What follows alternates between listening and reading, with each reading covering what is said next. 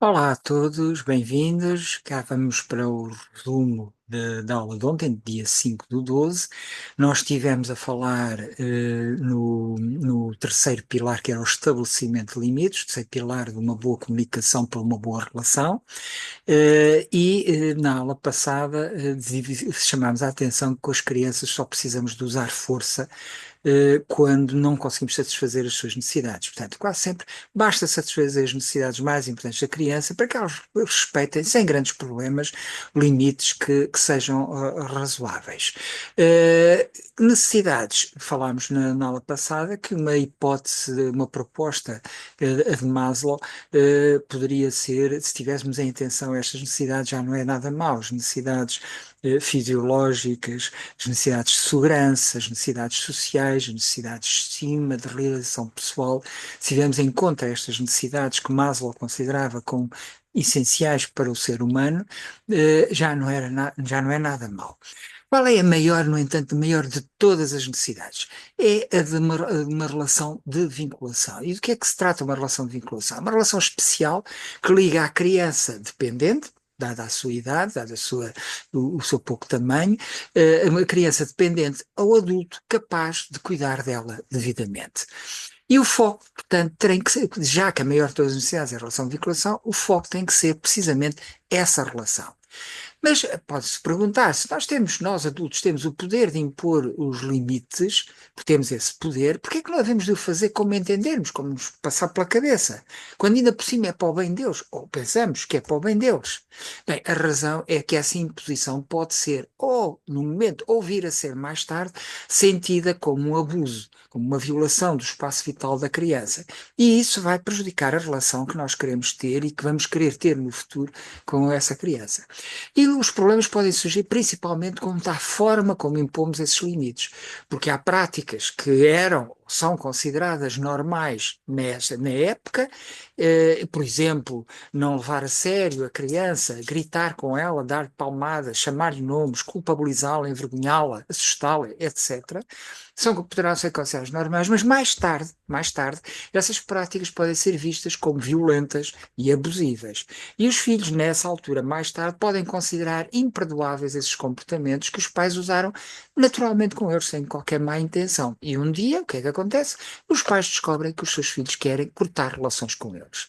Atenção que, às vezes, este corte de relações não tem a ver com práticas menos positivas do passado, mas pode ter a ver com problemas de divórcio, de um companheiro ou companheira que quer afastar num quadro ou um quadro de violência doméstica, enfim, pode ser qualquer desses problemas. Nem sempre é por más práticas de educativas do passado.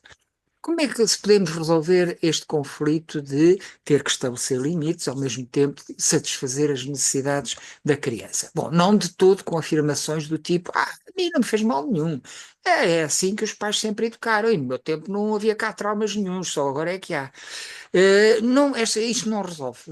Esta atitude não resolve porque o que ela tem em comum, todos estes comentários têm em comum a falta de empatia e de compaixão pela criança. E nós não nos pondo no lugar da criança, não tendo compaixão para com ela, não vamos atender às necessidades mais importantes dela. Algumas sugestões então para resolver este conflito. Primeiro, escutar verdadeiramente o filho ou filha, não é?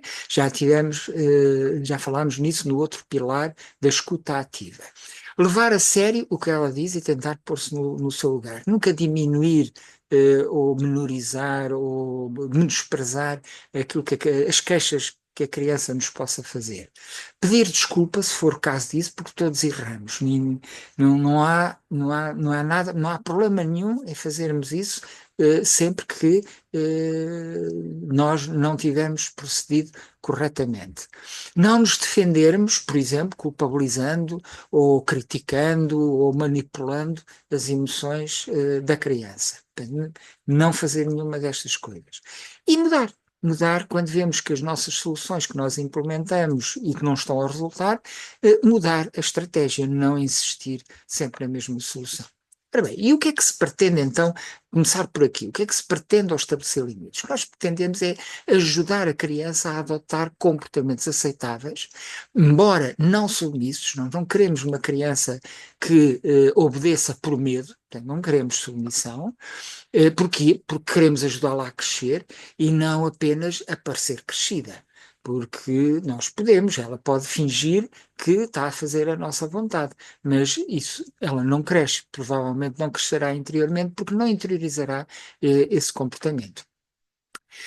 Tenhamos a intenção que as manifestações de força ou de falta dela, porque quando nós temos que recorrer à força, significa já a admissão de uma fraqueza. Por isso é que muitas vezes as manifestações de força são manifestações de falta de força, provocam muitas vezes no outro, tenho falado disso muitas vezes, aquilo que se chama a reatância psicológica ou contra-vontade. Isto é, aquela coisa de dizer que tens de fazer. Tenho o quê? Não tenho nada, onde é que isso está escrito? Eu tenho é só se eu quiser. Este tipo de reação que todos nós temos, que é uma reação saudável, as crianças também têm. E, portanto, manifestações de força da nossa parte podem provocar isto na criança. E a criança, mesmo que obedeça, o comportamento não é interiorizado, como eu disse há pouco, e ainda por cima, pior, é que a relação adoece, enfraquece, fica minada. Não ajuda a fortalecer a relação. O que leva, normalmente, a ter de recorrer a mais força, mais reatância, mais contra-vontade, mais força, numa espiral sem fim e sem resolução do problema à vista. Então, qual é a alternativa? Bom, quem está à espera de uma solução simples para esta pergunta, desengane-se. Não há soluções simples para problemas complexos. Não existem. Não vale a pena quando alguém nos promete uma solução simples para um problema complexo, podemos ter praticamente a certeza absoluta que nos estão, enfim, a aldrabar. Não existem soluções simples para problemas complexos. Mas quem acha que tratar-se a fonte do problema, o resto virá por si, aí pode serenar, porque essa é uma boa opção.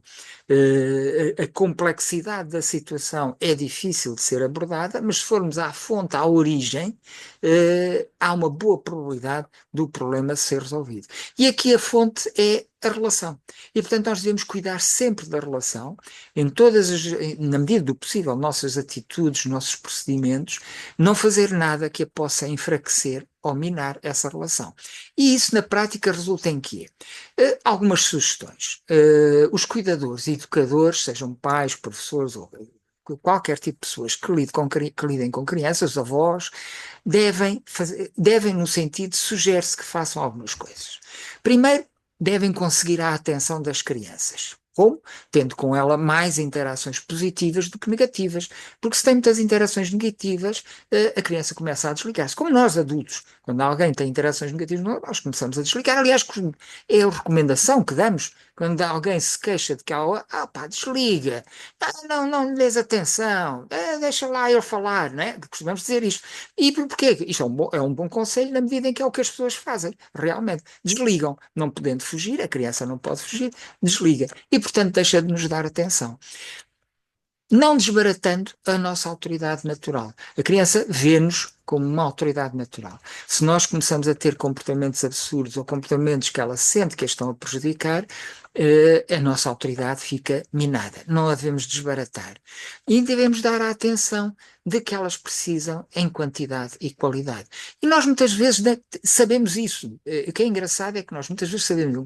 Quantas vezes não dizemos assim, ela está-se a portar assim porque quer chamar a atenção. Ok, diagnóstico perfeito. Ela está a precisar da nossa atenção. O problema é a solução que nós apresentamos. Vamos pôr-la de castigo, damos-lhe um berro e ela cala-se. Como? Como? Nós com adultos não fazemos isto. Se um adulto está a querer chamar a nossa atenção, a gente não o põe de castigo, não manda calar-se, não o pomos de lado. Porquê que fazemos isto com as crianças? Não faz sentido. Portanto, nós devemos dar a atenção de que elas precisam, tanto em quantidade como em qualidade.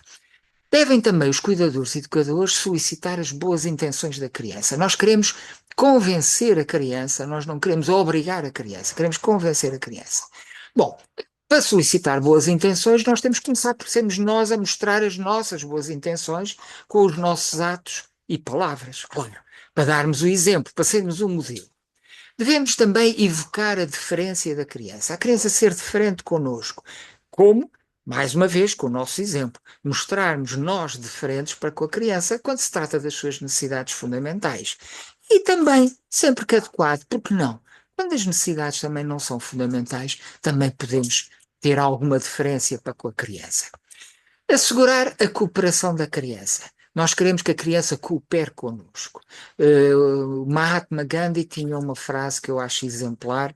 Ele dizia o seguinte, e reparem como é interessante: se venceres o teu adversário, ganhas um inimigo. Se convenceres o teu adversário, ganhas um aliado. E é o que nós queremos, é a criança seja nossa aliada, é a criança que coopere connosco nos limites que nós queremos estabelecer. Portanto, nós devemos começar por cooperar com ela e não devemos ser nem autoritários nem negligentes. Este autoritário e negligente são dois estilos considerados extremos da parentalidade não positiva. Porque há quatro estilos de parentalidade, os estudiosos distinguem quatro estilos: o autoritário, o autoritativo, o permissivo e o negligente. Os dois piores são o autoritário e o negligente. E o que é que representam cada um deles? O autoritário consiste basicamente numa postura de sou eu que mando. Eu é que mando, não tenho nada que ouvir a opinião de ninguém, só tenho que obedecer às minhas ordens. O autoritativo é, ainda sou eu que mando, mas eu ouço o que as pessoas têm para me dizer. No caso, neste caso que falamos das crianças, eu ouço o que é que as crianças têm para me dizer. E, em função do que elas dizem, assim eu decido, tomo uma decisão e, enfim, procuro que a criança faça aquilo que eu mando. Mas eu estou no comando, eu continuo a mandar. No permissivo é um sistema mais igualitário, portanto, estes dois, o autoritário e o autoritativo, há de facto uma hierarquia vertical. No permissivo é uma relação mais igualitária, mais horizontal. Isto é, eu ouço a criança, ou ouço outra pessoa, porque isto tanto serve para crianças como para pessoas, ouço a outra criança, levo em conta o que a criança diz que quer, e se não for contra os meus valores, não for contra os meus princípios, pois confere-se essa autoridade à criança. Este confesso que é o meu preferido. E finalmente o negligente. O negligente é aquele em que o pai não, enfim, o educador não manda e é a criança que manda. Não manda, não tem opinião e deixa ao Deus dará. Segundo os investigadores, os piores, como eu já disse, é o autoritário e o negligente. Destes dois, o pior ainda é o negligente. É preferível um educador ser autoritário do que ser negligente. Na verdade, nós no dia a dia vamos oscilando entre estes quatro estilos. Há alturas que somos autoritativos, outras alturas somos permissivos. Um professor que tem que dar a matéria, tem que cumprir um currículo, que há um exame que vai decidir da vida dos alunos, não pode ser nem permissivo, se calhar, nem negligente. Terá que ser autoritativo. Já ouve o que os jovens têm a dizer, leva em conta a opinião deles, mas quem manda tem que ser eu, não é? Pronto, portanto, nós oscilamos. O que importa aqui é saber qual é o nosso estilo predominante, o estilo que usamos mais vezes. E aí convém que estejamos nestes dois intermédios, o autoritativo e o permissivo. Não é? Algumas notas sobre os estilos. A escolha do estilo a adotar depende muito se o foco está na relação ou não. Quanto o autoritário e o negligente não têm em conta a relação, claramente. Portanto, são os dois do meio, é aqueles que levam em conta a relação. Portanto, quem quer cultivar uma relação para o presente e para o futuro deverá usar ou o autoritativo ou o estilo permissivo. E depende muito da forma de se ver a criança. Se eu vejo a criança como naturalmente boa, que só precisa de alguma orientação, precisa apenas de ser orientada, eu usarei um estilo mais permissivo. Se eu achar que a criança é naturalmente má, se não for disciplinada, ela precisa de ser disciplinada da nossa parte, aí estamos para um estilo mais autoritativo. Nestas aulas, a opção, idealmente, é mais para o estilo permissivo, mas na realidade, e principalmente como professor, como eu já disse há pouco, acaba por ser um bocadinho mais pelo estilo autoritativo. E chegamos ao fim da nossa aula. Desejo a todos, obrigado pela vossa atenção, desejo a todos um bom fim de semana, e até para a semana em que falaremos sobre mais uma crónica da Lídia Jorge. Obrigado então e até lá.